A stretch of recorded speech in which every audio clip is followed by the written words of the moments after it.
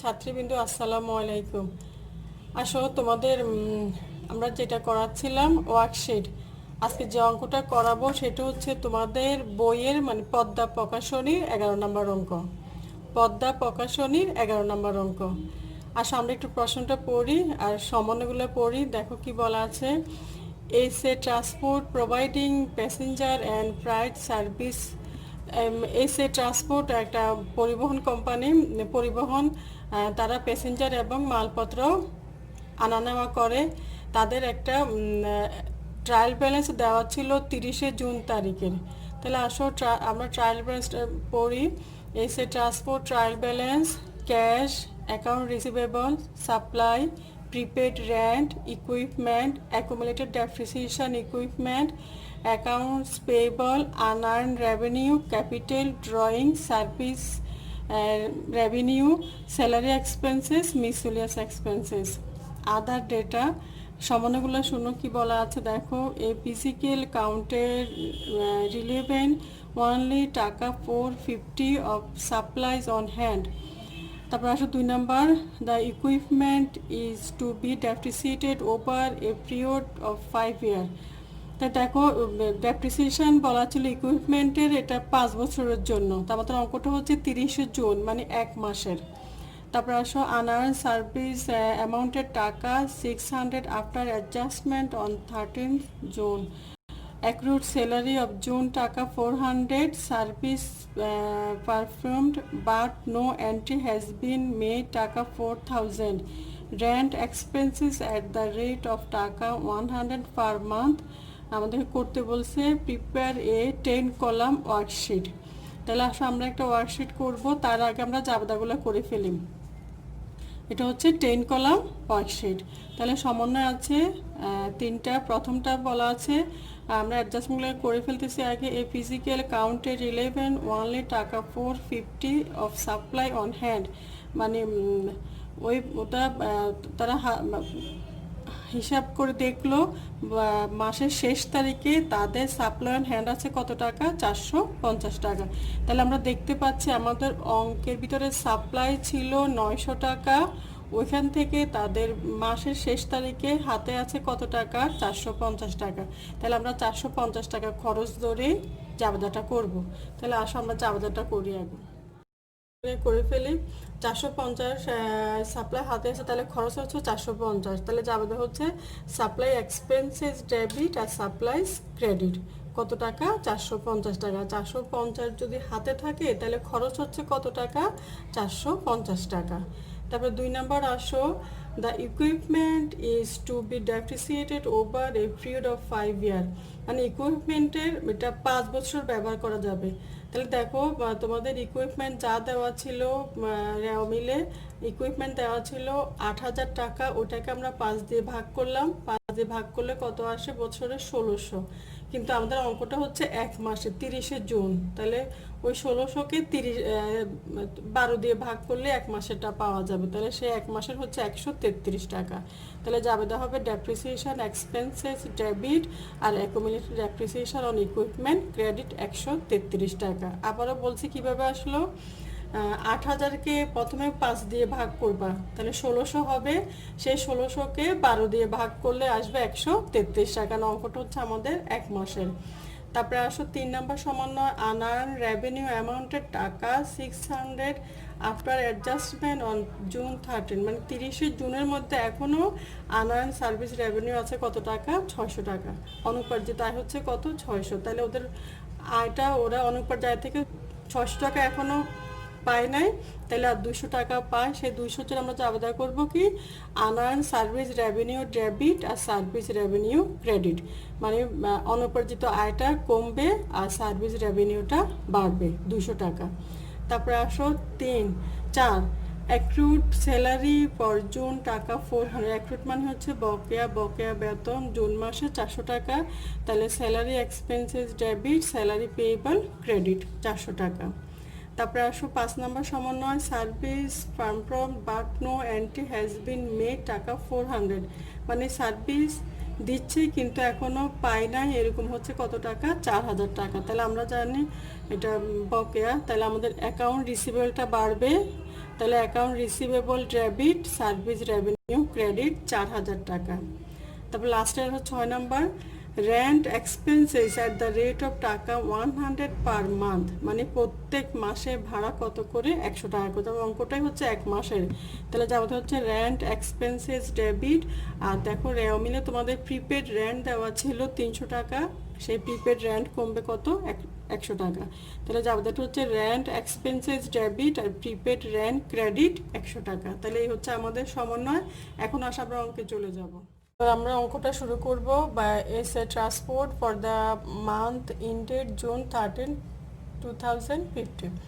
তাহলে আসো আমরা একটা 10 কলাম ঘর করলাম। প্রথমে আসো আমরা ট্রায়াল ব্যালেন্সটা সাজাবো। Accounts title cash 2,800, account receivable 2,000, supply 900, prepaid rent 300, equipment 8,000, account appreciation 1,600, accounts payable 1,500, unearned revenue 800, capital 4,000, drawing service revenue, salary expenses, তারপরে আসো মিসুলিয়াস এক্সপেন্সেস। আমাদের এই রেমিলটা ছিল মিসুলিয়াস এক্সপেন্সেস পর্যন্ত। এখন আসো আমরা সমন্বয় আসো প্রথমটা সাজাচ্ছি। 1 নাম্বার সমন্বয় অ্যাডজাস্টমেন্ট সাজাবো। প্রথম সমন্বয়টা করেছিলাম আমরা সাপ্লাই এক্সপেন্সেস ডেবিট আর সাপ্লাইস ক্রেডিট। তাহলে আসো আমাদের অঙ্কে সাপ্লাই আছে, সেই সাপ্লাই বরাবর আমরা অ্যাডজাস্টমেন্টের ক্রেডিট কলামে লিখব 450 টাকা। আর অঙ্কের একদম নিচেই আমরা চলে যাব মিসুলিয়াস এক্সপেন্সেসের পরে লিখব সাপ্লাই এক্সপেন্সেস ডেবিট। তাহলে সেই ডেবিট কলামে লিখব কত টাকা 450 টাকা। তাহলে দেখো এখানে সাপ্লাই বরাবর ক্রেডিট কলামে 450 আর অঙ্কের নিচে সাপ্লাই এক্সপেন্সেস ডেবিট কলামে 450। তারপর 2 নম্বর সমন্বয়টা আসো ডেপ্রিসিয়েশন ওভার পিরিয়ড অফ 5 ইয়ার, 5 বছরের জন্য এটা সময়। তো আমরা 1 মাসে নিলাম কত 133 টাকা। তাহলে দেখো আমাদের অঙ্কে জাবেদাটা ছিল ডেপ্রিসিয়েশন এক্সপেন্সেস ডেবিট আর অ্যাকুমুলেটেড ডেপ্রিসিয়েশন ক্রেডিট। তাহলে আমাদের অঙ্কে অ্যাকুমুলেটেড ডেপ্রিসিয়েশন ছিল, সেইবার আমরা ক্রেডিট কলামে লিখব 133 টাকা। আর অঙ্কের নিচেই আমরা চলে যাব ডেপ্রিসিয়েশন এক্সপেন্সেস ডেবিট কলামে 133 টাকা। তারপর 3 নাম্বারটা আসো আনআর্নড রেভিনিউ অ্যামাউন্টের টাকা 600 আফটার অ্যাডজাস্টমেন্ট অন জুন 13। তাহলে আসো 200 টাকা অনুপার্জিতায় পায়, 600 এখনও পায় নাই। তাহলে সেটা আমরা জাবেদা করেছিলাম unearned service revenue debit service revenue credit. তাহলে আমাদের অঙ্কে দেখো আনআর্ন সার্ভিস রেভিনিউ আছে আবার সার্ভিস রেভিনিউ আছে। তাহলে আসো আমরা এই দুটাতে লিখবো। তাহলে আনআর্ন সার্ভিস রেভিনিউ ডেবিট কলামে 200 টাকা আর সার্ভিস রেভিনিউ ক্রেডিট কলামে 200 টাকা।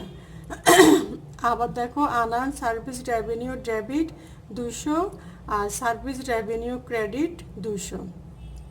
তারপর আসো অ্যাক্রুড স্যালারি ফর জুন টাকা 400 টাকা বেতন বকেয়া। তাহলে দেখো আমাদের অঙ্কে স্যালারি এক্সপেন্সেস দেওয়া আছে, সেই বরাবর ডেবিট কলামে লিখবো 400 টাকা আর অঙ্কের নিচে স্যালারি পেয়েবল ক্রেডিট কলামে লিখবো 400 টাকা। তাহলে দেখো স্যালারি ডেবিট আর স্যালারি পেয়েবল ক্রেডিট 400 টাকা। তারপরে আসো service performed but no entry has been made টাকা 4000। তাহলে দেখো 4000 টাকা হিসাবভুক্ত হয় নাই। তাহলে আসো এই আর আমাদের অঙ্কে দেওয়া আছে একদম সবার উপরে অ্যাকাউন্ট রিসিভেবল বরাবর ডেবিট কলামে লিখো 4000 টাকা আর সার্ভিস রেভিনিউ বরাবর ক্রেডিট কলামে লিখো 4000 টাকা। জাবেদাটা ছিল অ্যাকাউন্ট রিসিভেবল ডেবিট আর সার্ভিস রেভিনিউ ক্রেডিট 4000 টাকা। তারপরে আসো 6 number rent expect at the rate of টাকা 100 পার মান্থ। তাহলে দেখো রেন্ট প্রত্যেক মাসে কত করে 100 টাকা করে আমরা জাবেদা করেছিলাম রেন্ট এক্সপেন্সেস ডেবিট আর প্রিপেড রেন্ট ক্রেডিট।